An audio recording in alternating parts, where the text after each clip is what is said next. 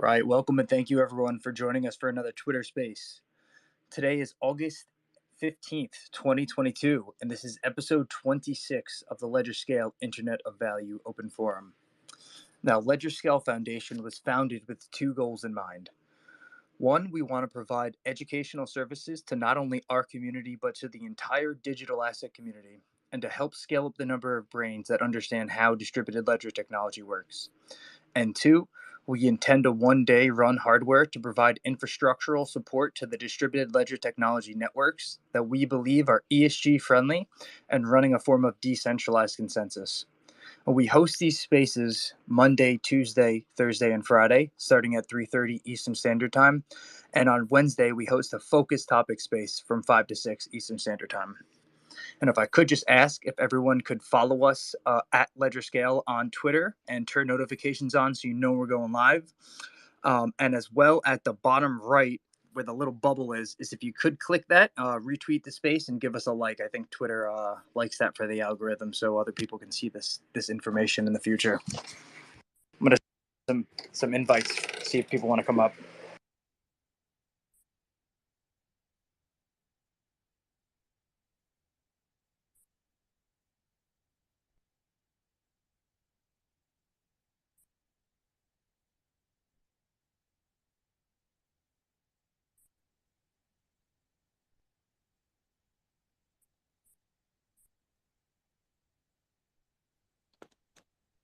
Good evening.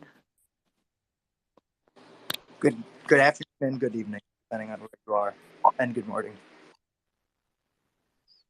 Yeah, and I just want to wrap up the sort of intro here. The idea is to engage the community here with some educational stuff. So please do speak up, ask questions. If you have a question, I guarantee you somebody else is wondering the same thing. And if you do speak up, though, please be cordial. And that's it. Welcome to the space.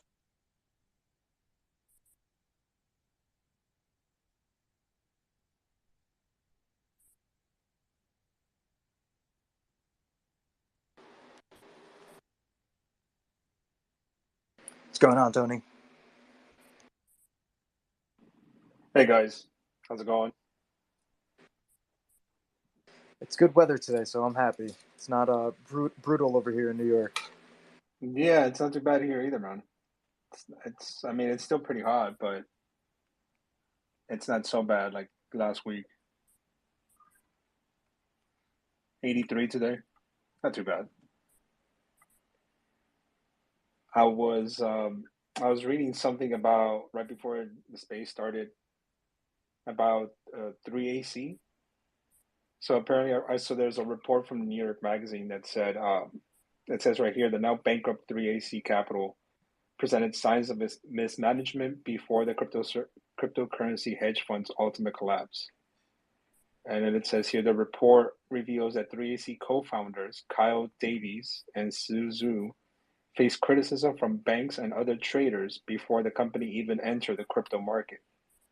In its early days, 3AC got into foreign exchange, FX trading, and reportedly practiced something called the retail arbitrage, which allowed Zhu and Davies to cash in on mispriced quotes from different brokers, even if it resulted in gains of just fractions of a cent on each dollar traded. It's probably some form of front running. And the miners can do that on like Ethereum and whatnot. And I think even Bitcoin. It's kind of the same thing as the high frequency traders in the traditional markets. I don't know why it's legal, but it's technically illegal, but they let it go on. So, well, banks, it says here banks, which sometimes try to contact 3AC in an attempt to call off or adjust the trade, but the firm would refuse. And then so a lot of these banks began cutting them off by 2017. So this was going on for a while. Not shocking. Usually by the time like you reach utter collapse and catastrophe level, there were a lot of early warning signs people ignored. It's my experience. Yeah, well said. You don't just collapse out of nowhere, you know. There had to be. But so 3AC, where are they out of again? I want to say Singapore. I'll look it up. Because I wonder what regulators it would have fell on. Well, I guess if they're incorrectly reporting things, though. But I mean, you know, you Yeah, Singapore. and things like that. I mean, by the way, welcome Dennis and Vet. Hope you guys are doing well this week. What's up, Death? Have you guys seen, I think probably like the hottest drop today was the Do Kwon breaking the silence interview. You see that? Oh no, I did not yet. So, in an effort not to bury the lead, the bad news is that the video, I think, has a paywall where you have to like mint an NFT, and I have zero interest in that, but I'll link the article. It's pretty, it's like it's nice to see him humble himself. If this didn't do it, I don't know what would have, but it seemed to be a humanizing piece. So he said Well, in the video, I think it's the same one we're talking about, that is, but he said he also hasn't been communicated by Korean authorities.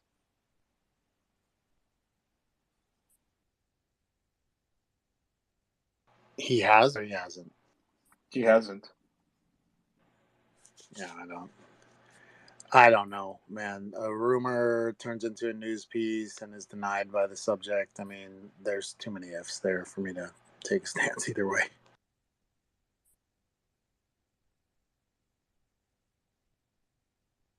what was the crux of the video?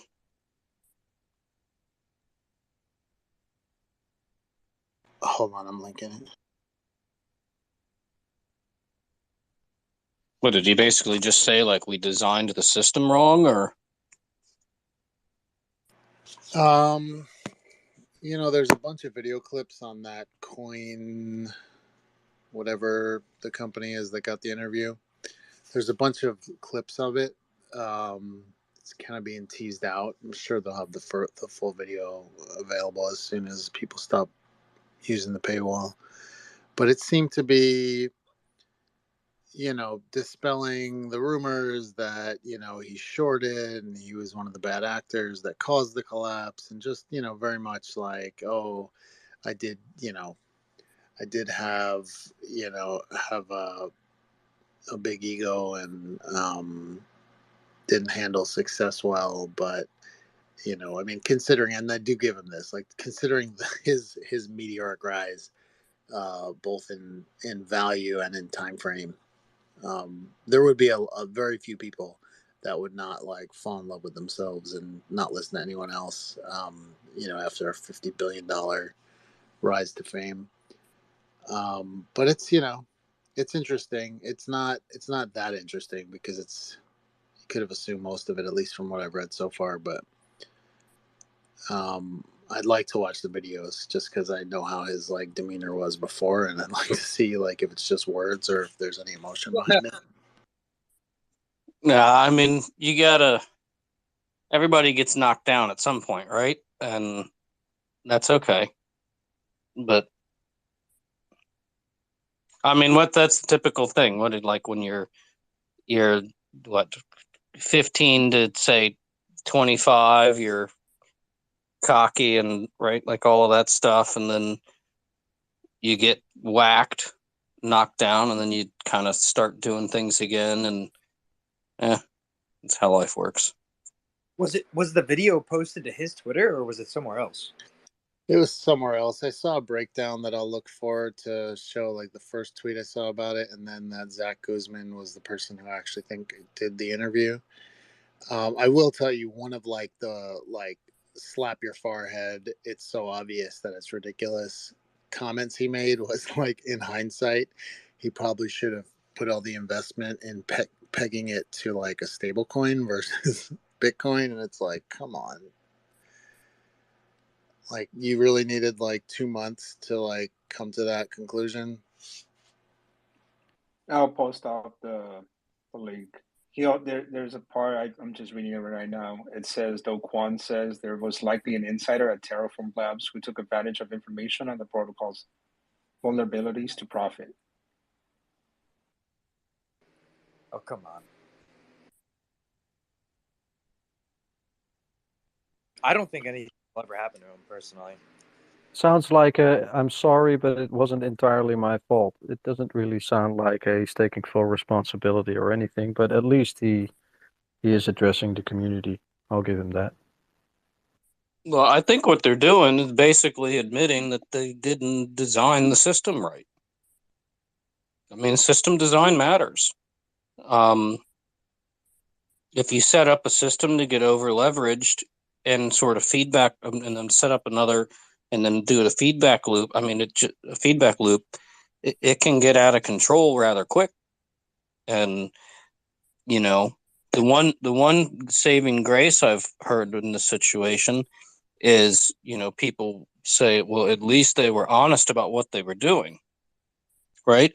But that doesn't help the fact that most people are not capable of looking at what they were doing and having a reasonable assessment of is the system designed well.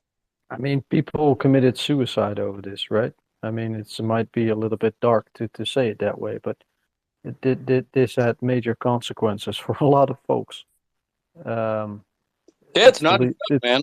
It's not a it, joke. it's not a joke, no. It's a lot of people. It's not just one, two people. It's a lot of people lost everything. Yeah, and businesses too. And I mean, I got to tell you, not this isn't an I told you so. I mean, I stayed away from it because I don't trust anything that runs up that quick without like any like substance behind it. But every time he announced, in like March and April, that they bought more Bitcoin and they bought more Ethereum. I mean, you really just had to be so unsophisticated to look at that and say like, yeah, they're gonna make it. Like, I saw that as flashing red warning signs because if you've been in these markets for longer than a single cycle, like just as quickly as it comes up, it comes down, and it goes down for longer than it goes up. And coming off 2 years of bull market, I don't know. It just seems like a very, very novice approach to try and peg your stable coin to like something that I think 80% of people in this market would agree was like bound to come down shortly. Well, the unfortunate trouble, and as much as I don't necessarily like the application or the method, I guess, of the rule, but this is where the accredited investor rule in the traditional markets keeps a lot of the little guys out, because the fact is most people don't have a clue. Most people go to work every day for a paycheck and they have no understanding of what that money is, how it works, where it comes from. They just have zero clue. And that's regular work. And when you jump into the investment world, oh my goodness, then you jump into some sort of world like this crypto stuff where you've got actual financial innovation happen. There's so few people that can, I mean, 90% of people are not going to have a clue. And so I think the accredited investor rule, I mean, it basically keeps the little guy out, so that the thinking behind it was so that, people that have the money to lose can lose, right? And then the people that don't have the money to lose, where it would be like a knockout blow, like don't get knocked out. Um, don't suicide, this kind of stuff. I don't know. No, it's a fair point. I mean, everybody looks at the accredited investor and sees it as limiting. But I can tell you, having been in the markets for 27 some odd years, um, there's definitely more people that are saved than that are hurt from not being able to get involved. And, there's a portion of that's on the investment advisor and the brokers, who are usually just parroting whatever came from above. And there's a portion of that is really just in the intricacies of like things that should be common knowledge. I'm still of the belief that there should be like a course, and if the SEC wants to provide it, that's fine, but there should be a course that you can take and get like accreditation status without, having to miraculously find $1 million liquid, or make 200 or $300,000 a year, whatever the number is now. There is. It's You have to do your either 7 or 65. Because I started to do the 65. I actually paid like 200 something dollars to do it. And then I got into it. And the problem is when you get the license, then you can't speak freely. Right? Like if you're a licensed investment advisor, like I couldn't have some of the conversations that we have in these chats. I would be not. yeah. I just couldn't do it. Not only that, though, they changed the rule for the 65, right? Even though you have your 65, you still have to be represented by another investment company. And so you have to have some sort of financial institution or hedge fund or company that has the proper certificates to at least let you put their name down if you're going to, you know, partake in any sort of accredited. No, that's the 7. The 7, you have to have a broker dealer sponsor. The 65, you can be independent. No, they changed it. They changed it like 2 years ago. Well, I didn't know that. Yeah, I know, because I was going to get my 65, and then they changed the rule, and I was like, well, this is pointless because nobody is going to sponsor me because they don't want to take the risk. Nobody knows me. And there's a cost too. I mean, to have your 7 housed, that used to be $2,500 a year, either paid by you or paid by whoever was housing it. I don't remember the 65 being an accredited investor. I may be wrong. When I took the 65, it was referred to as like the Blue Sky license and allowed you to do business in all 50 states. But I may have only just like thought of that because that's what applied to me. No. So like I think it was like 4 years ago, they had changed it to the 65 did make you an accredited investor and you didn't need a sponsor. And then 2 years later, they changed the rule. Well, now I'm even more double glad I didn't get it because I can say whatever the hell I want. And like, I'm not trying to go work for another one of these firms. So, Yeah, that's the downside now. At least I'm pretty sure of all of this information that I'm putting out. But I only know because I was going to take it myself, and then I found it not worth it because of they changed the rule. well, I got into it and I got like PTSD from when I worked at Fidelity because, back then the market was crashing. These people were calling up with honest, good questions. And I knew the answers, but I wasn't allowed to answer. Right? Like the best I could do is be like, well, look at this information and look at that information, and you have to make up your own. Like you're not allowed to actually. It's kind of just a bunch of BS. You're not allowed to actually. This is why the whole financial advising thing. This drives me bonkers. The 90% of the jobs in finance are actually sales jobs. So I don't know why they call it financial industry. It should just be called the sales industry. You did. None of these people actually know finance or anything. They're just repeating, like Dennis said, whatever narrative was passed down to them. Right? There's a few people that do the real work.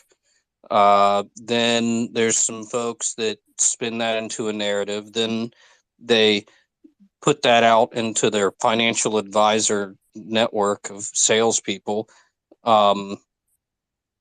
Yeah, I mean, that's just what it is.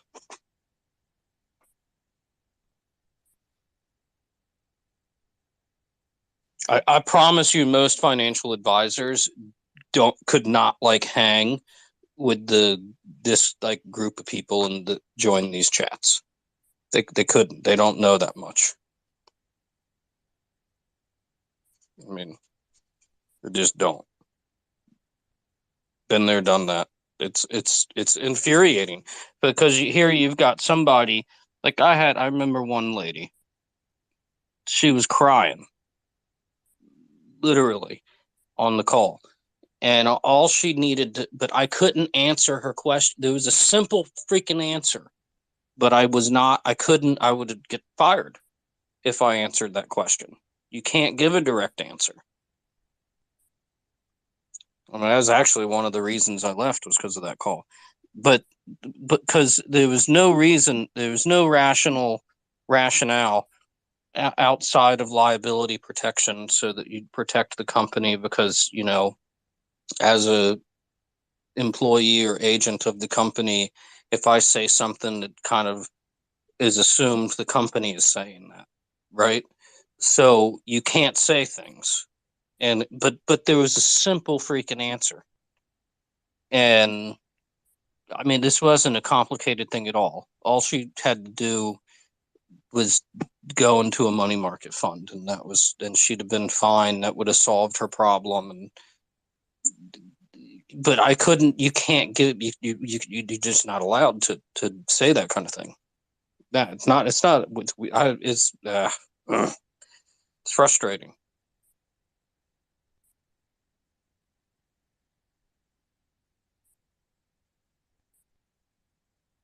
Anyway, I think the 65, they did change the rules for accredited, so the 65 and 7 will make you accredited even if you don't have the $1 million.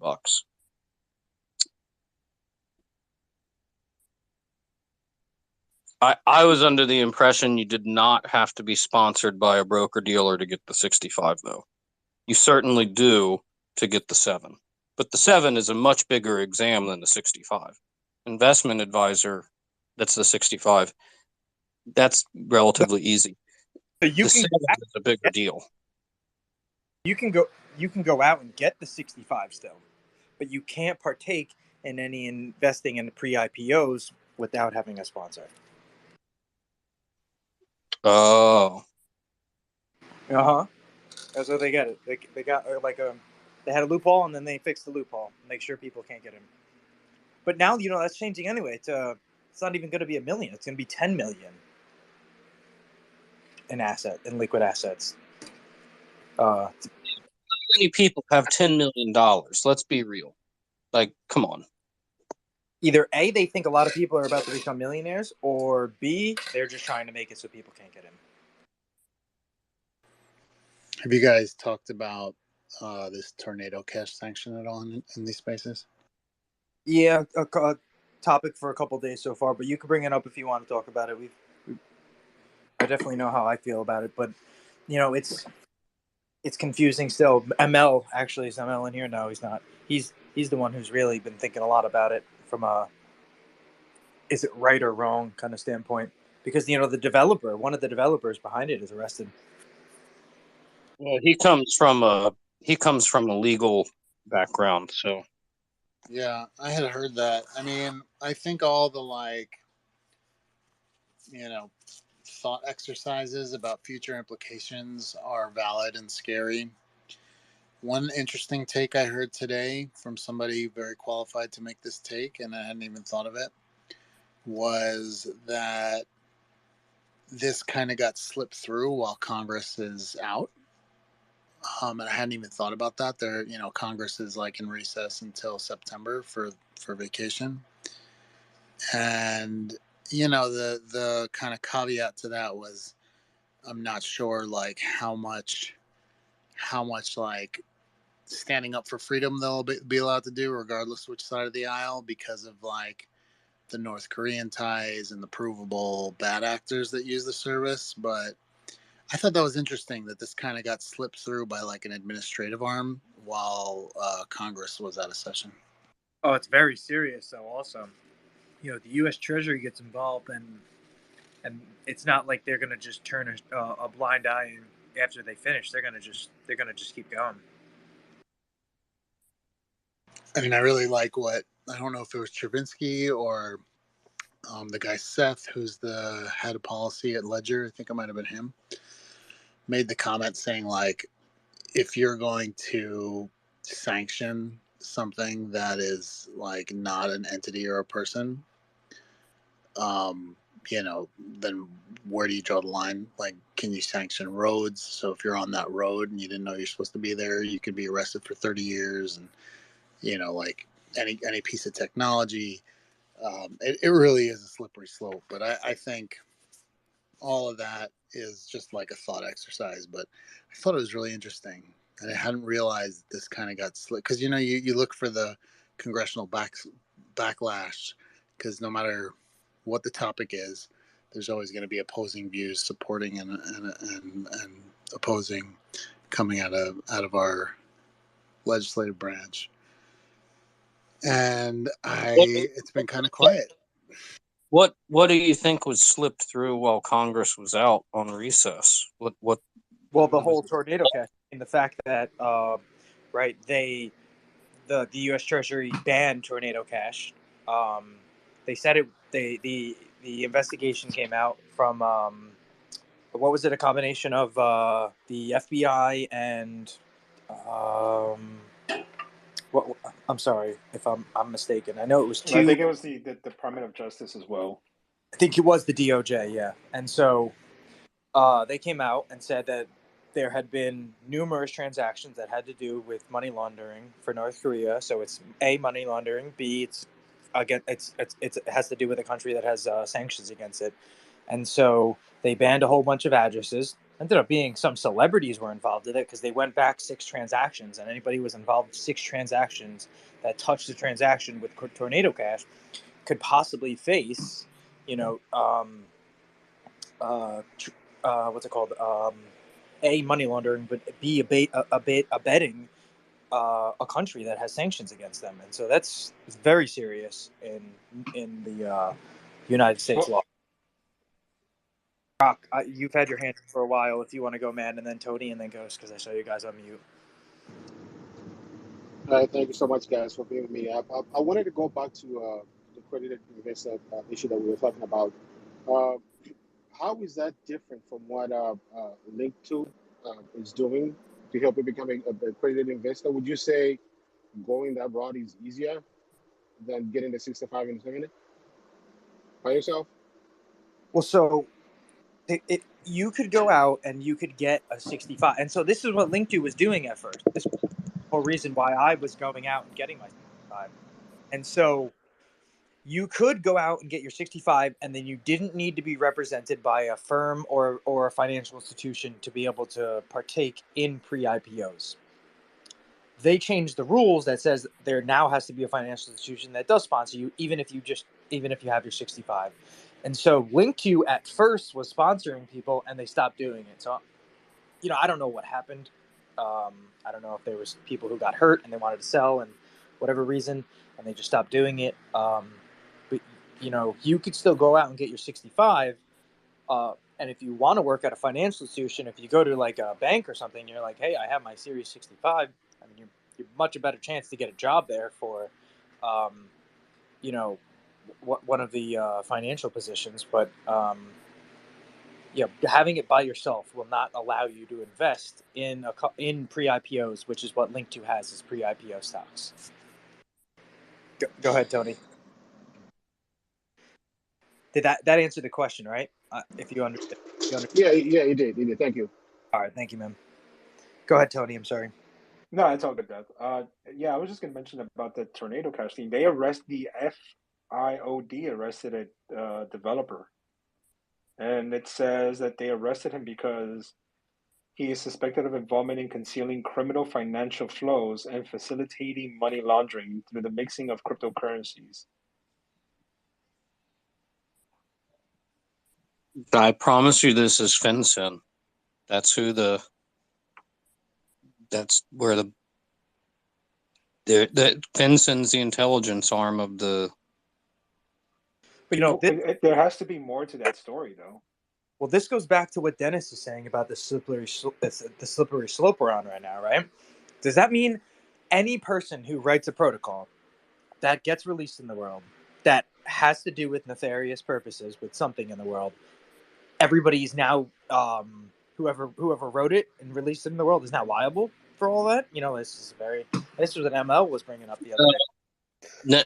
That's not the okay. So going all the way back to when the FinCEN came into Ripple, and then they put out some guidance, which is not law but guidance, and they made 3 different categories, and this falls in line with the media and stuff because we had to do all this with text event picks as well because we technically run a platform, and so there's a digital currency is thing one.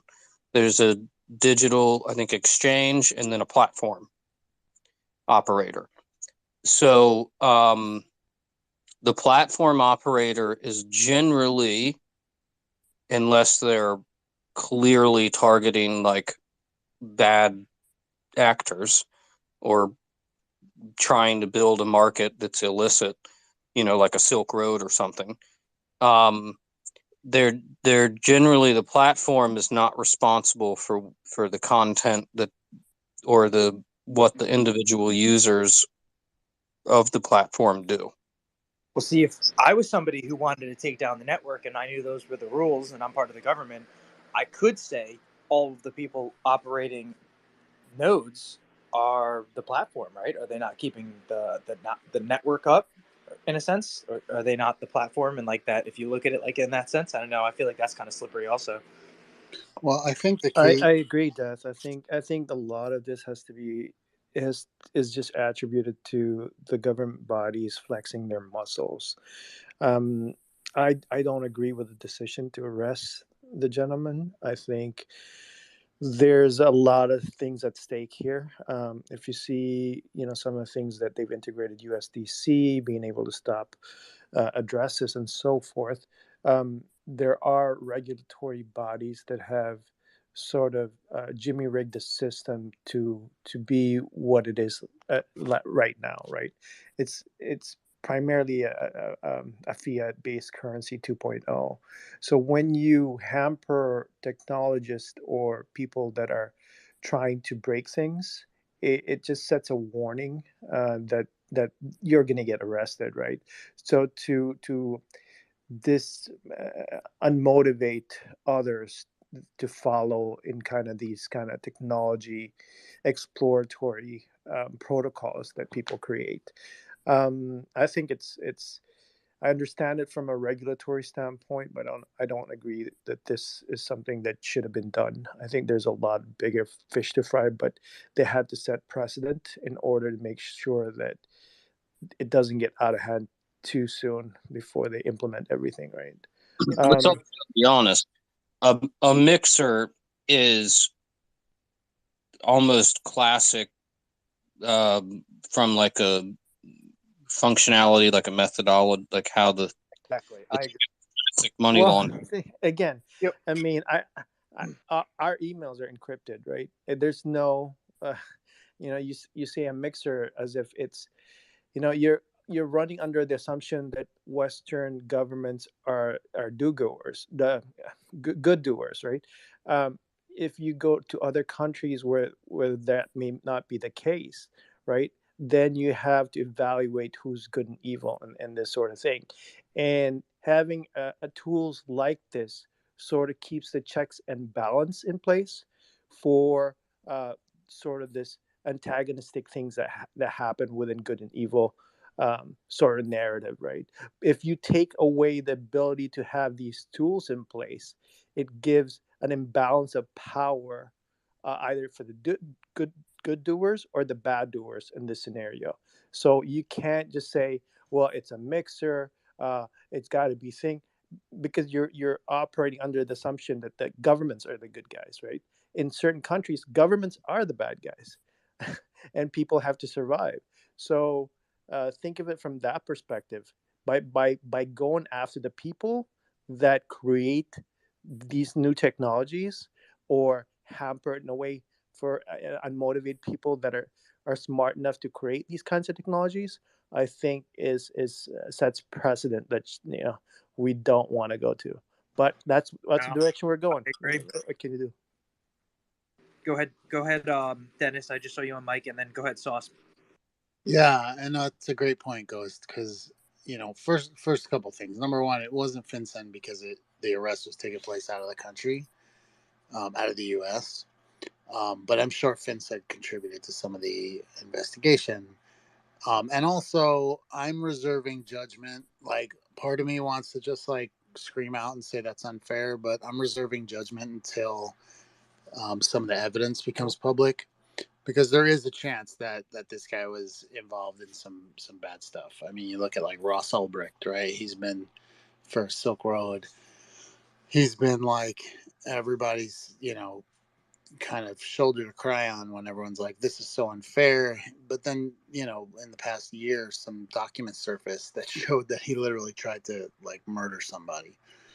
And so all of my passion for like his sentence being reduced has been eliminated, because the truth came out. So You never know, and you never truly know somebody, right? yeah, and I never knew him in the first place. But it's like you look at a situation and you say, okay, these 5 things resonate with me, and therefore I'm passionate for or against. There could be 100 parts to that story. So I'm reserving judgment on, but I do agree that if it is as it seems, and he was just taken out so that the person behind the code, could be prosecuted against, I don't agree with that.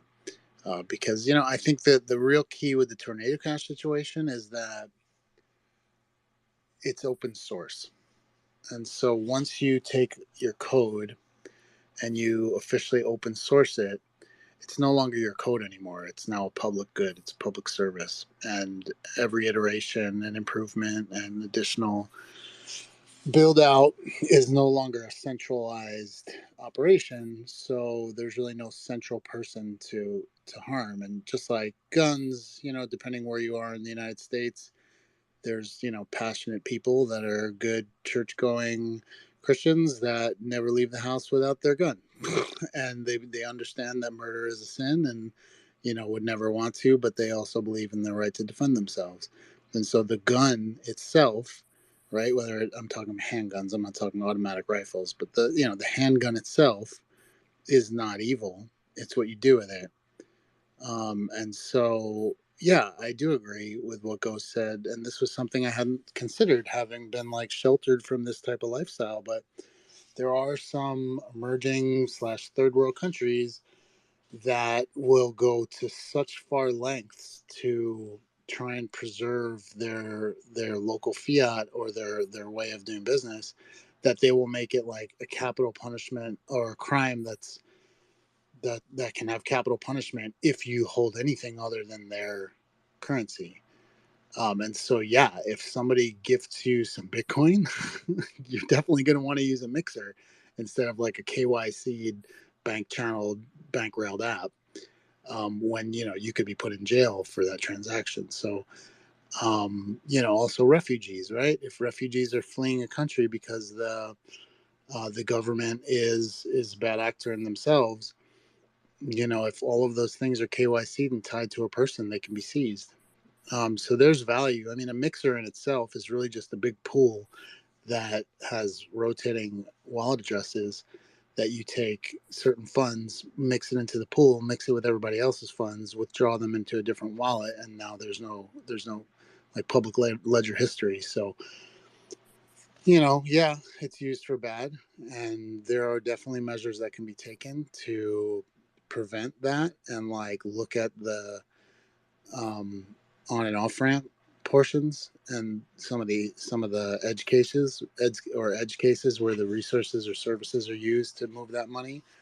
But I mean, wholeheartedly, I'm on the side of, I disagree with sanctioning open source code just because it's so unenforceable. It's ridiculous. I mean, you look at sorry for this being like run on sentence, but I had asked somebody who's very experienced both on Capitol Hill and as an attorney, like how liable like Shaq was, like Shaquille O'Neal, for receiving receiving funds from a Tornado Cash wallet, because I forget which account was doing it, but one of the accounts is kind of like an FU to the sanction news, sent like something like $100,000 worth of Ethereum to like the top 100 .eth accounts. And so the truth is, like, the honest first response was they are liable. Like, they have some liability. Now, can they argue against it in court? Of course. Shaq's not going to, like, go to jail for 30 years because somebody sent him money. But on paper, he's going to have to argue against that, which is crazy. Yeah, that came up the other day. And the other thing too, there was the first part of your comment. You know, the US outlawed gold ownership at one point. So it's weird. But I think the idea that I could have my account sent some, dust, and then all of a sudden now I'm a criminal, like, that's crazy. How does that make it different? Like, I didn't ask for this. I didn't solicit the transaction. It doesn't mean anything. It's a very inconsequential amount of value. Like, what? That is, I think, a stretch. Well, I think I may be wrong, but I'm pretty sure.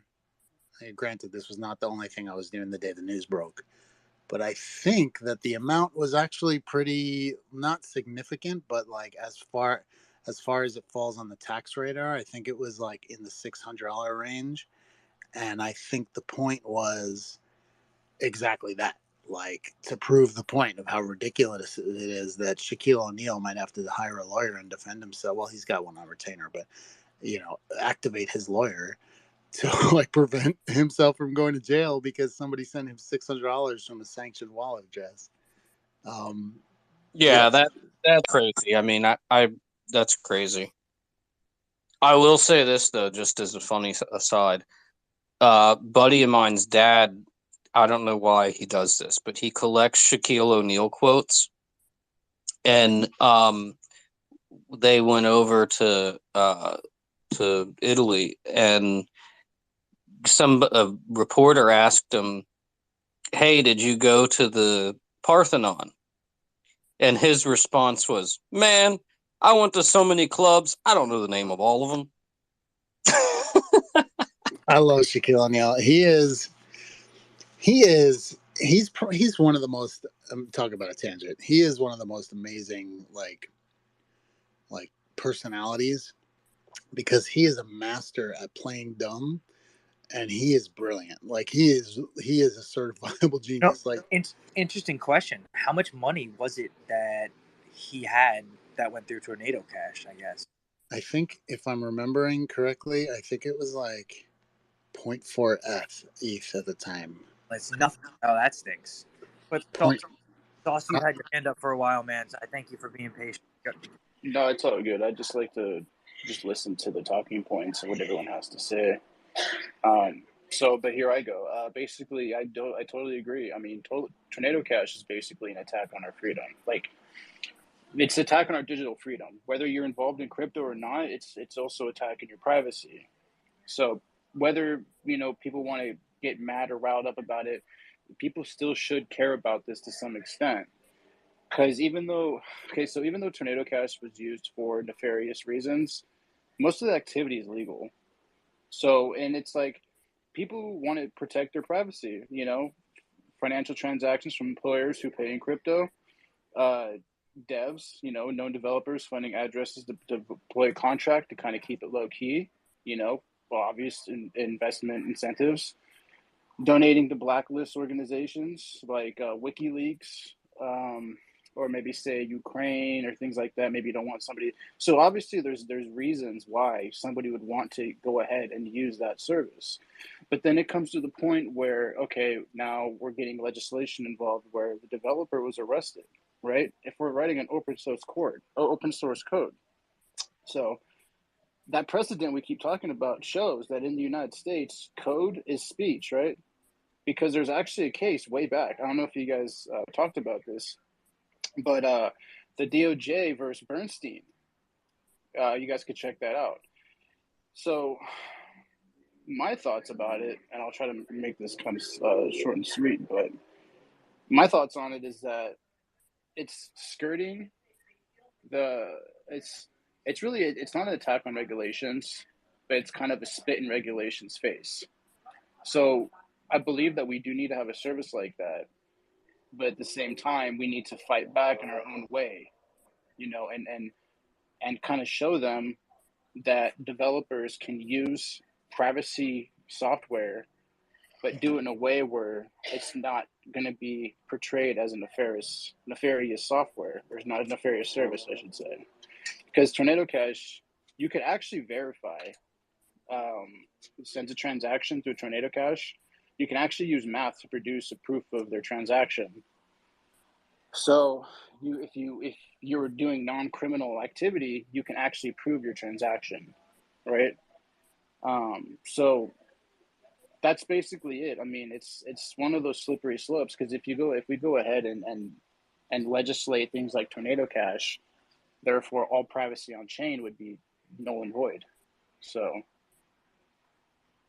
yeah, and as far as I think you guys were talking about Shaquille O'Neal, yeah, that's like no ETH.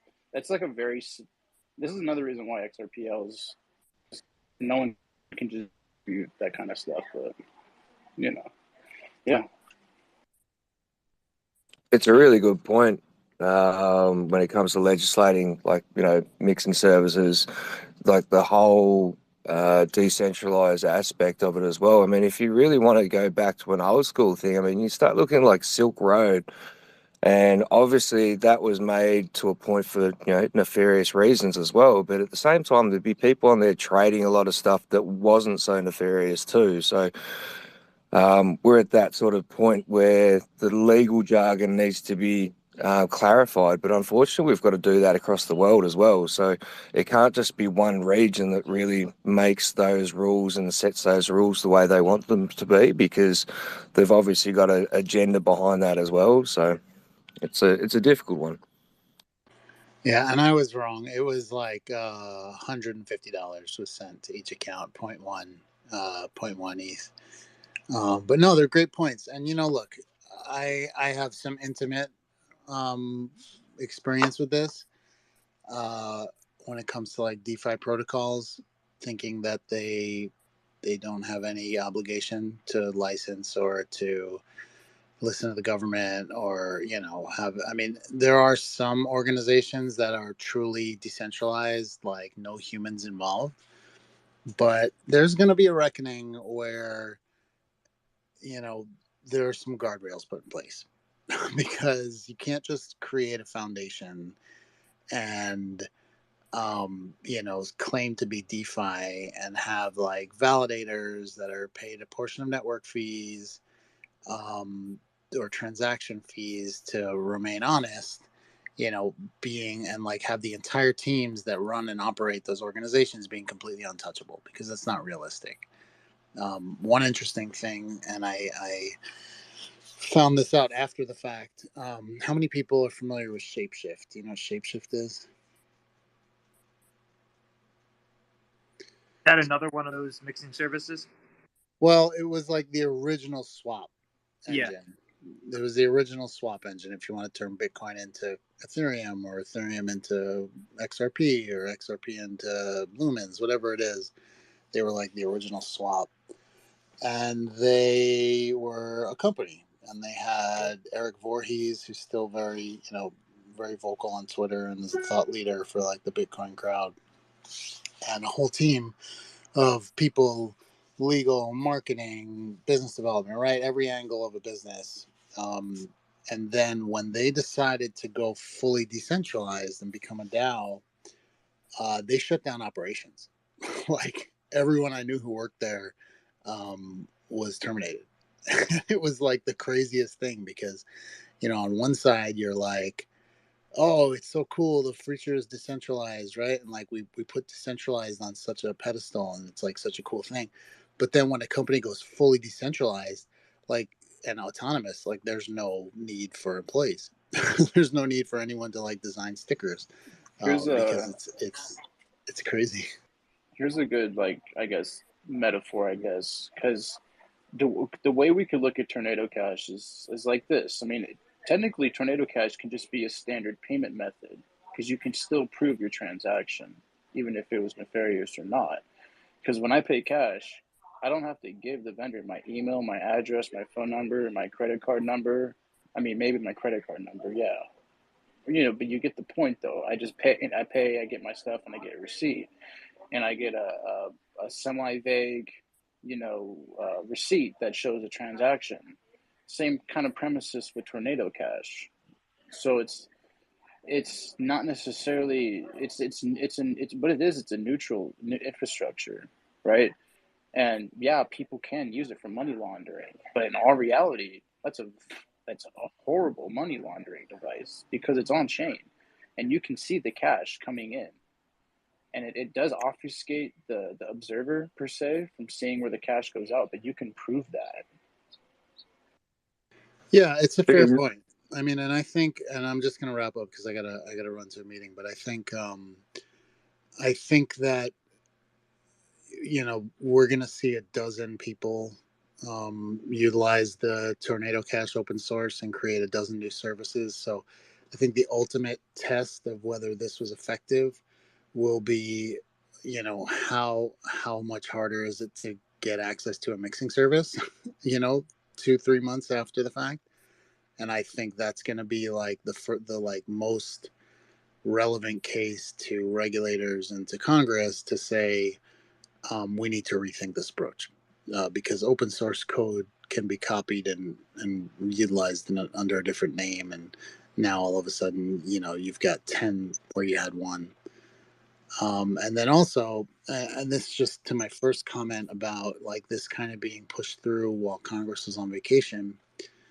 The really relevant point there is not to say that Congress would have had to approve the sanction, but that lobbyists are useless when there's no Congress people to lobby to. So, like all the passion and the response to this is kind of like on pause until those conversations can happen. Well, I think one of the things that the blockchain industry, one of the challenges that the blockchain industry or crypto industry, whatever you want to call it, proposes for the government folk is that they're used to having a certain amount of control over stuff. And when these things are open source and decentralized and global, right? Because each government has a boundary to their jurisdiction, the president of the US cannot go to Canada and say, do this. And Canada's going to say, no, right? Like, go back to your country, right? Like, they don't care. So these are situations that governments have not historically found themselves in. I mean, it's a real conundrum, and I mean that in a genuine way. I at least I like to think. I don't think governments do everything perfect. That's for sure not true. But I mean, generally speaking, the laws and stuff is built to maintain a good society. It's not always true, but they're used to having a higher degree of control than is available in this situation. Is the situation that's what they got to figure out, is like, how do we deal with we don't have as much control as we're used to having? It's like a parent, and then the kid turns into a teenager and they're not going to listen to you anymore, right? Like, how do you deal with, like, I don't have as much control? If I say no, then the kid's just going to, like, definitely do it. Like, how do you deal with? It's a little bit like that for a human analogy. Well, isn't some of that got to do with the general basis of most governments is just taxable events? And now you're opening up all these brand new rails that they're not used to, and their infrastructure probably does not actually contain the hardware to be able to actually check those taxable events. I mean, at the end of the day, that's basically what a government does. I would be willing to bet that somewhere along the line of investigation, because they seem to have all this data of how much was obfuscated through Tornado Cash for like each of these individual hacks. And so I would be willing to bet that somewhere along the lines of that investigation, there was an alternative route they could have gone to like actually prosecute against these people. And it's like wishful thinking to think that you can, cut it all off by sanctioning a lot, open source code. I would wager that it was the easiest route given what they uncovered, but um, far from the best. To I your think point, based on the economic events that's happening, I think the governments realize that it's either they have full control or no control. I think that's where it boils down to. This sort of control structure that's been set up for decades has sort of changed because of these technologies, right? Yeah, Alex made a good point with regards to taxation. Taxation being one of the key pieces to this. How does the government tax these kinds of services? You know, where does the fight end? Because the way I see it, this tornado cash could be just round one of this event, right? Then it's said who builds on that open source protocol, and then do they go after privacy coins? How does that interact? I mean, how do you go after privacy coins when you have atomic swaps between Bitcoin and Monero? If Bitcoin's going to be this sort of some sort of base currency that some people envision in this space, right? So I think this is where the government is having a hard time really understanding that they're gonna lose control no matter what, right? We've seen this throughout history with prohibition happening. What did the government do? Oh, alcohol is legal. But the people are the ones that determine whether they follow those rules set forth by their government, right? In the end of the day, Got it. the porn industry is another example. Countries have banned porn industries in other countries, but yet the people still interact with these sort of consumptions for those industries, right?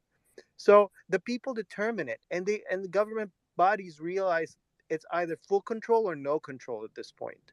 Because as this technology moves forward, what you'll end up seeing, unless they put a central bank digital currency in place, make everything other than public blockchain or some privatized blockchain that the government can peek in when they need to, uh, everything other than that illegal, then there's a fight that happens between people and its governments. And people will always do what they think is right.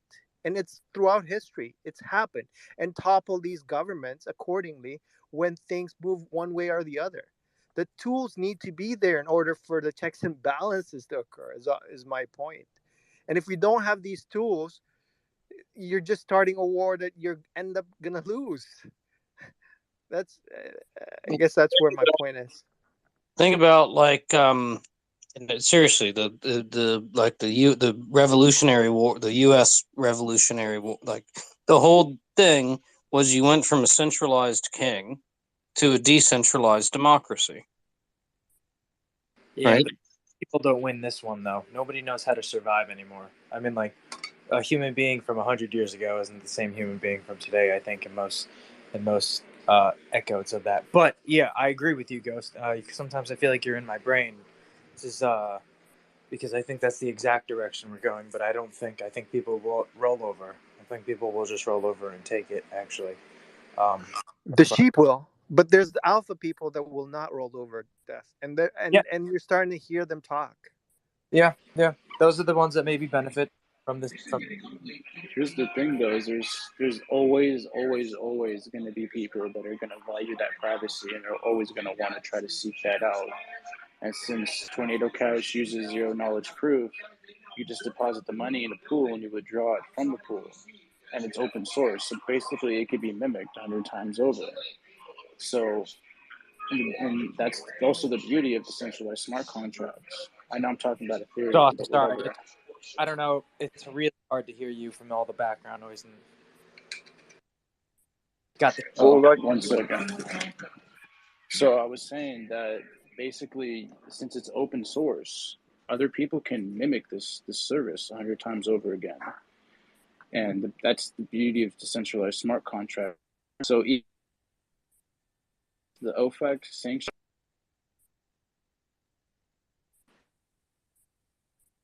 still comes into effect or whatever, and it's there, present. Ethereum or You're gonna hate me, man, but you're rugging. At still least you're use rugging for Tornado me. Cash with I don't know or about you die, guys. because Yeah, no, U.S. go inside.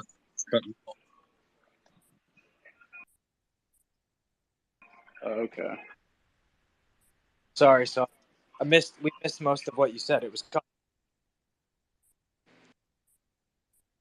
I think he might still be cutting in and out. Yeah, and so Ghost. Yo. Those people, though, Ghost. I would pull. Oh, there you are. You hear me? Yeah, I hear you now. Okay, I don't know what's going on with my phone. Yeah, so basically, I'll just make it short and sweet. Basically, what I was saying is that since Tornado Cash is open source, technically it could be repeated 100 times over again, and that's the beauty of decentralized smart contracts is that capability. But even though the sanction is going on right now, technically you could still use Tornado Cash with Ethereum or DAI. I'm not saying you should. It's not financial advice at all. But the only people that lost money were USDC holders because they had the ability to freeze that asset. So that's just a little thought right there.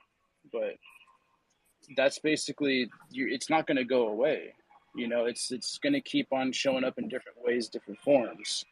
So for them to kind of get that precedent set early kind of makes sense, but at the same time, this is something that it won't stop the Korean hackers or whoever from laundering money. It's what it is. It's just going to affect us normal privacy-oriented people. So I just want to put that out there. While you're saying that, I had a thought pop in my head, and so here's a question, right? Say I write a worm and I release the worm in an open source format where other people can take the worm and attack others. Am I responsible for that? Because I all I did was give it open source, right? I just put it on the interweb, but I wrote a program that could destroy other people. So I don't know, it's a really slippery slope. And this is, I think, before I was going to say, I think we should have a definitive definition per protocol, right? And I really do think it needs to go to that level where we need to go down to say, okay, what is this protocol? What can it do? Who's running it?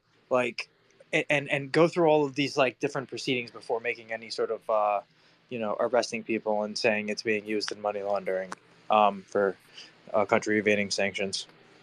Yeah, you shouldn't go I like to that. jail for writing the worm, Death. My perspective is you shouldn't go to jail for writing the worm. The person that released it may have a different, I'll have a different perspective on it.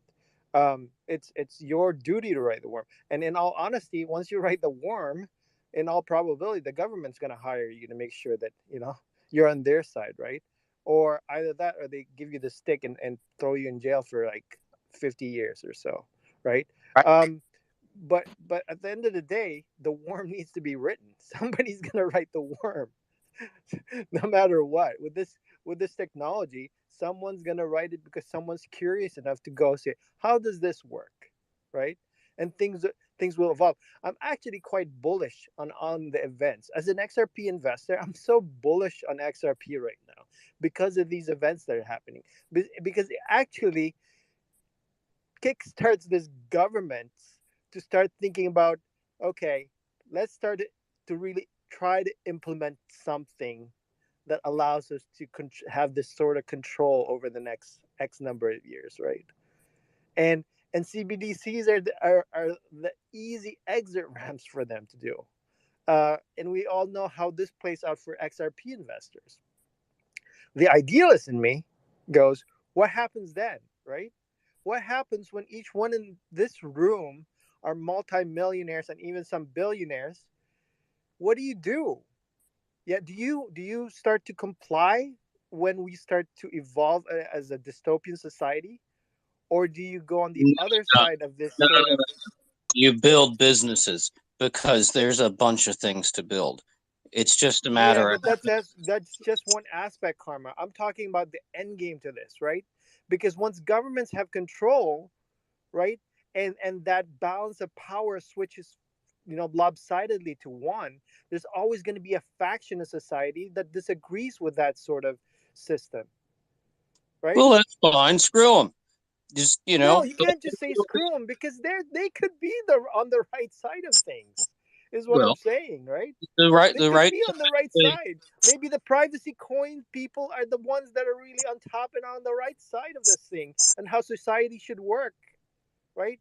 An yeah, ability to at to least to penalize criminals, but the ability to just minimize government and allow people to transact the way they are allowed to transact. Maybe that's a society that works in the end versus a dystopian, fully controlled by government society. well, We don't no, know. I don't think that you want that. But the when I say screw them, I mean, like, if I want to build a business and you don't like the business, maybe I paint houses, right? And you just really don't like freshly painted houses. Well, piss off, right? Like, I'm gonna paint houses anyway. Um, and there's so many things to be built here. I was more responding to your comment about, like, if people actually end up. I mean, this has happened to some degree with the Bitcoin community. You've gotten some people that all of a sudden have resources. Well, it takes resources to do stuff, man. I mean, human capital, physical, like inventory, and like it takes resources to do stuff. If you all of a sudden, at least for me anyway, if I all of a sudden had a bunch of resources, I'd be building one of three or four different businesses. Yeah, but those are things that we can do whether we have money or not, right? I mean, those are things that we do so that when we die, we can say, okay, I've managed to build a company. I've managed to build companies and lift up 100 employees within those companies, right? Those are arguments of what did I do throughout my life? When I'm asking karma is once you start looking at the moral arguments of the kind of society you want to live in, it's completely different to what you did in that society, right? And when the argument boils down to, are we living in a world where we're fully controlled, similar to what China's testing, to be able to, if we don't comply, we don't get a bus ticket, we can't withdraw our money? Is this the kind of world that comes about in all of this? I've You seen some know, stuff that's like almost dystopian. That's China. exactly. And this is why I think the balance needs to be balanced. And there's a segment of society that will always value privacy, and they'll live in the boundaries of cities and so forth, away from this sort of structure. And then at the end of your life, my life, when we reflect back and say, okay, what did I do? Well, I did this, but did I pick the right side in the kind of society I want to live let my kids live in? I mean, that those are some of the questions that people that don't have money issues start to ask themselves, right? That's why I put this example. When once we're all, the people in here are millionaires and billionaires, and you've bought your fancy cars and fancy houses and lived your life comfortably as possible, and then at that age when you start to question, okay, where did I align my moral values with? This is where the fight is, guys. I think this is the end game for a lot of this thing that's playing out right now. Well, see, I don't think there's any real. This might sound not so exciting, but I don't think there's any real difference here. I mean, this is a new technology, cool. It's an accounting tool that's it accounts for reality. That's fine. Um, it's one of these things where, like, more things change, more they stay the same. Like, these issues have been going on for eternity. The fact that older folks might reflect back and say, well, did I allocate my time in a meaningful way that I'm proud of, or that I think I'm leaving the world a better place? I mean, hell, my grandmother's last words were leave the world a better place and never give up. That was it. She never spoke anything coherent after that. Um, you what do you mean? But that's been going on forever. The fact that we've got a new tool here with this distributed ledger stuff and what I mean, this is a new industry. I think it's a worthwhile industry to spend my time on. I mean, at least I've made that judgment. I think it's an industry that can help stitch together humanity in a little better way, help people work together, and probably facilitate more economic activity, which will be good for the people. Everybody, doesn't matter who you are, doesn't matter what country you're from or income bracket or whatever. If the economy's working better, you're going to be better off. Because the economy could fall apart, and then some people starve to death. Like it's going to be like a life or death matter. I don't know. That's how I think about it. Well, I agree with you, Ghost, though, to go back to your point. And this whole regulation through enforcement thing, the SEC, kind of if you want to think about it, the DOJ, right? I don't think it's good. I think there needs to be clear rules of the road. And it's the most important thing we could get from legislation, which, obviously, to what you said also earlier, they waited to go after this guy and to do all of this right when the recess of Congress happened to, start. I don't know what the odds of the timing is, but that seems to be the way it worked itself out. I kind of want to go back to the whole point of how Tornado Cash can almost be used as a normal payment method. It just not as a mixer per se, because as I mentioned, you basically can do these transactions without having you're giving so much information up to the vendors, which seems a little crazy. Like you have to give that information every time to each vendor you're doing business with. It just seems a little crazy, but this is one of those regulation things. You can't really spit on Tornado Cash because the money laundering aspect, but at the same time you kind of have to appreciate the code and the developers, and give them praise at the same time. Regulations would help, though, definitely. But once again, we're coming back to that that speculation side of like XRPL and the rest of the blockchains out there. If we're just talking about the actual technology itself, I mean that's pretty much a stock standard. There's no issues there. But once again, we're talking about people actually taking that technology and actually using it as well. So that comes down to a bigger scale than just us as well. So the developers have gone through and put in all the hard yards to be able to make something, to be able to make a better world. But then you look at the sociology side of things as well, and like big businesses and things like that will try to be able to use it for their own nefarious uses. And when I say that, I don't mean like they're going to go out there and break the law directly, but they're going to go against their own governments to be able to use it in the best possible way that they can as well. So it all comes down to the people, and unfortunately, most of the built countries have so many laws involved that it really does break down the ability to be able to make massive change. I mean, it's once you've got a lot of money in your pocket, I mean, you definitely do have more influence as well. So that's a really great thing to be able to have. But unfortunately, with great power comes great responsibility as well. So it depends on how people are going to use it. That's what I mean. It's like we're talking about Ethereum in a good way because of like the understanding that I have about it, but at the same time, that's the ingenuity that's coming from Ethereum is things like Tornado Cash, which aren't really possible on the XRPL. So I totally get what you're saying about how it kind of That's not accurate. There was okay. some people years ago that did a mixer on XRP Ledger.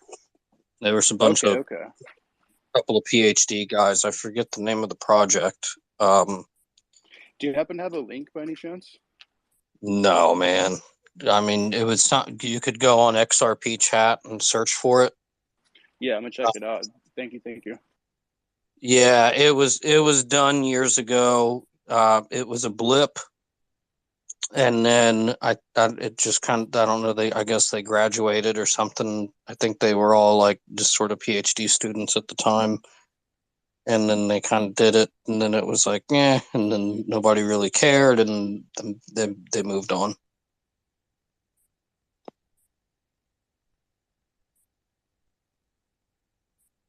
I'm gonna check that out because that's what I'm saying. I think that'd be a normal payment method because I don't think you need to give every vendor so much information. Maybe just one time to get into a system of things, but every transaction seems a little crazy. But maybe that's the change of the financial structure. Who's to say, you know? Well, I mean, and think you don't have to think too hard about this stuff, right? Like at the Yeah, we end of kind of the day, overcomplicate things sometimes. well, every transaction has to be accounted for, or else it didn't happen. I mean, that's like if it's not accounted for, it didn't happen. Like, I mean, think of me giving you $1 for a piece of bubble gum. Like, technically, that was accounted for. You got the dollar, I got the bubble gum. Right now, it wasn't necessarily put into a big system and all this stuff, but it's ultimately accounted for. I mean, even you have informal markets where, maybe I helped you move that stump, right?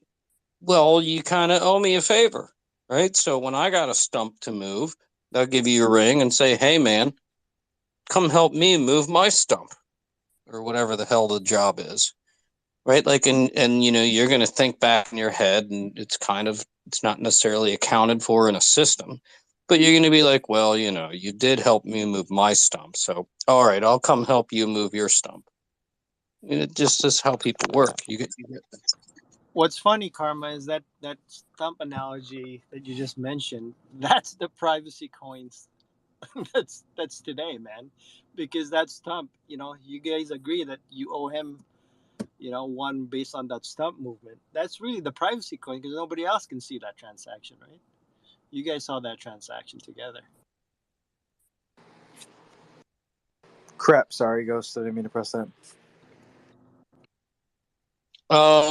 All good.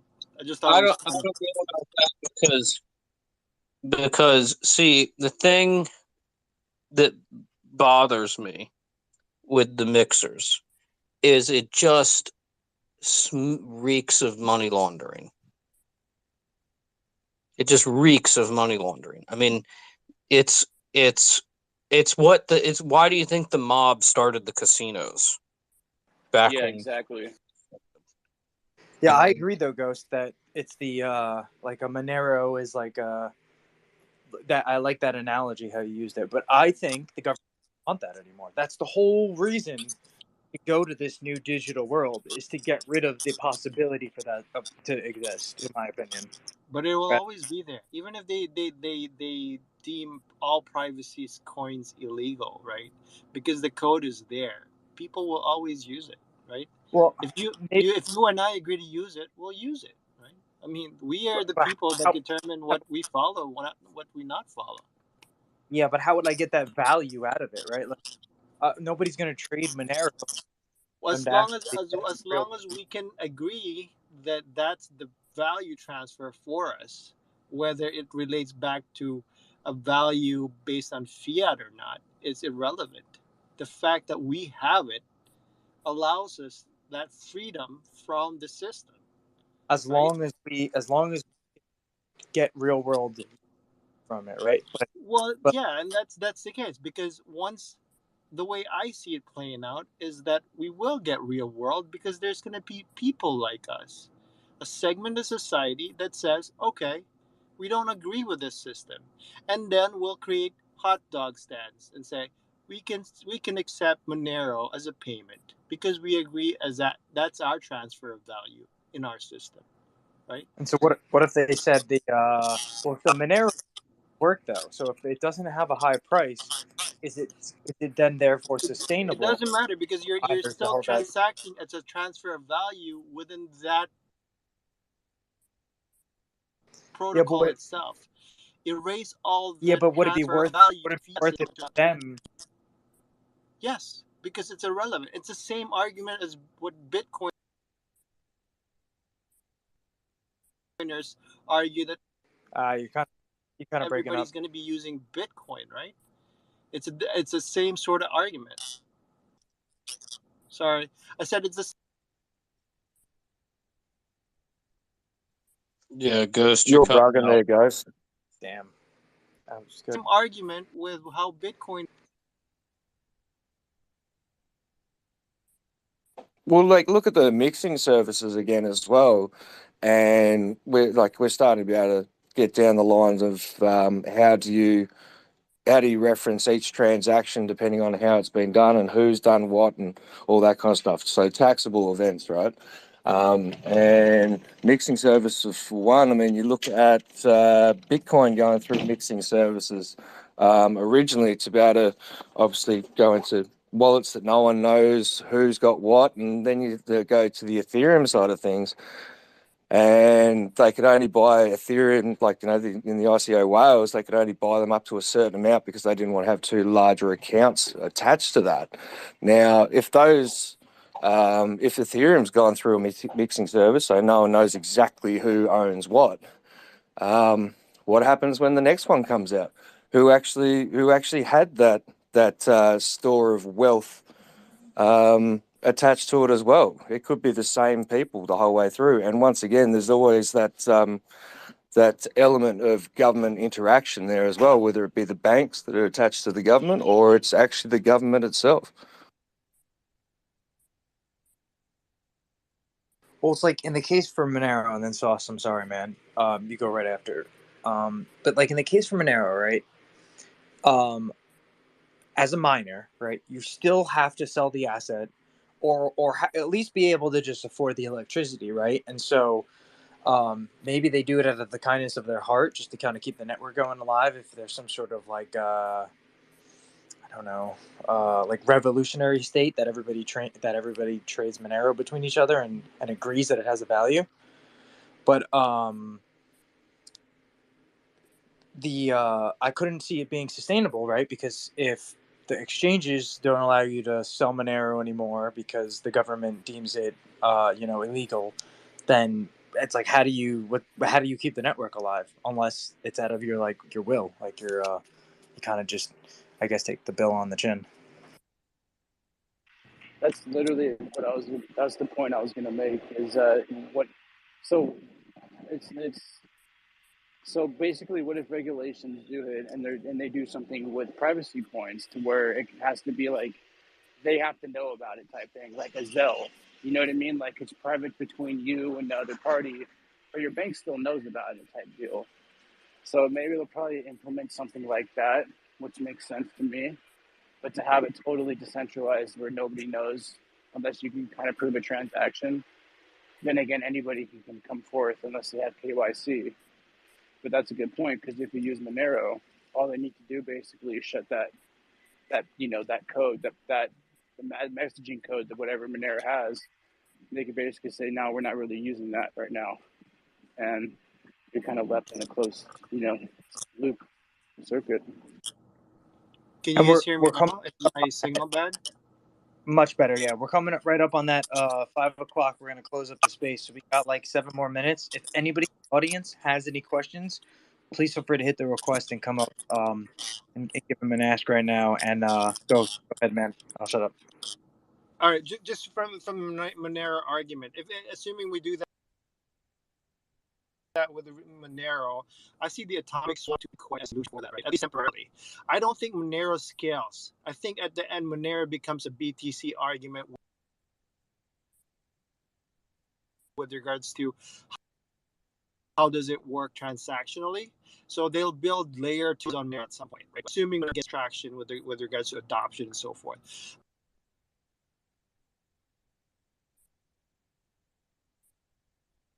There are other privacy coins that are quite intriguing because they act more like cash itself, where the mining abilities are on the CPU basis. Anybody can mine. It's on proof of work data that's not energy intensive. Things like I don't agree quite considerably because it's the original cypherpunk sort of with regards to how money works. Right? It's very lightweight. There's no addresses on both sides. There's no transaction recorded. So that could surprise a lot of people in a world where you have that movement or that segment of society that sort of goes, I'm out of the system, I don't want to be in the system, sort of perspective, and I want to live in a geographic location where I'm able to do it, and a web based location that I'm able to do it with regards to how I transact my financials in the World Wide Web, right? So Monero will be sort of that first iteration of those privacy coins that will evolve eventually. There are other projects now. When I see privacy coins being developed on an enterprise level, there are a couple coins now that are quite intriguing that I think a lot of enterprises will adopt, but not fully adopt the way governments want them to, because of what governments want them to. You'll see that evolve sort of fairly fast with regards to how privacy becomes a major deal for a lot of people in this segment.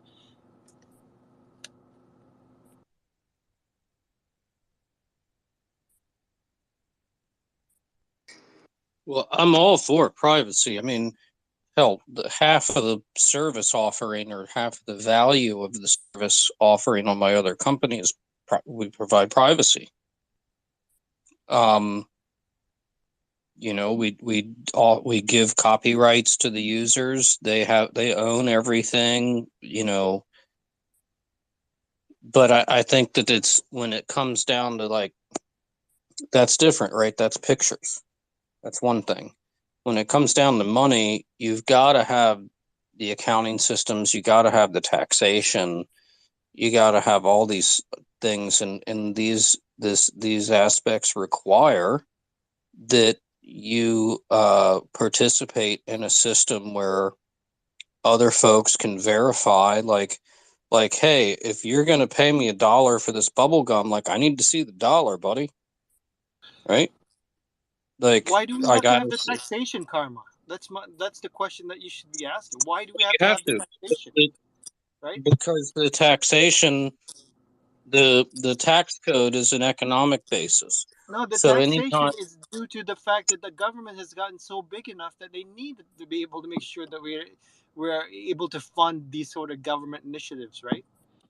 I mean, if we live in a well, world whatever. where we minimize government and allow communities sort of to be able to check and balance itself, I think that's a quite The intriguing amount of proposition. the amount of tax and how it's collected is you go into the political realm and f- back and forth with that. But the tax code itself, it's an economic system.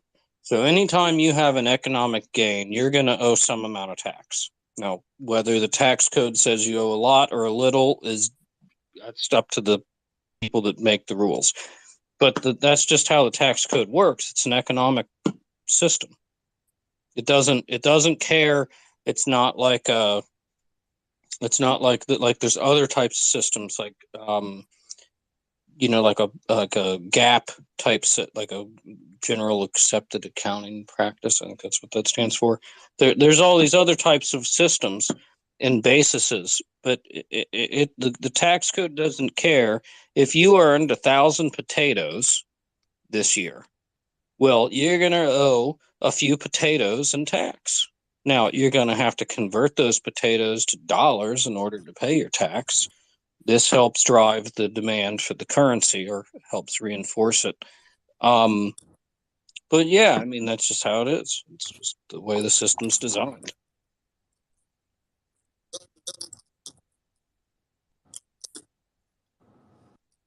I agree. Yeah, I just want to say I thank everybody for coming to the space today. I really do thank everybody who comes and listens, and especially comes up and speaks every day, because we see a lot of familiar faces every single day, and we wouldn't be doing it if it wasn't for you guys coming. But if everybody could follow us at ledgerscale on Twitter, and turn those notifications on when you know we're going live. We'll be back tomorrow, 3:30 Eastern Standard Time, and I love you guys. I will see you all a little later if you guys are still on. Yeah, I might pop back on, and if anybody does want to donate, there's some addresses there at the top of the ledger scale on the pin tweet for and yeah, definitely appreciate all you guys joining, and definitely appreciate you speaking up, because this, I think, stuff needs to be discussed. It's complicated, it's important, and I think the only way you handle situations like that is discussing it. So yeah, appreciate it. Agreed. Not everybody.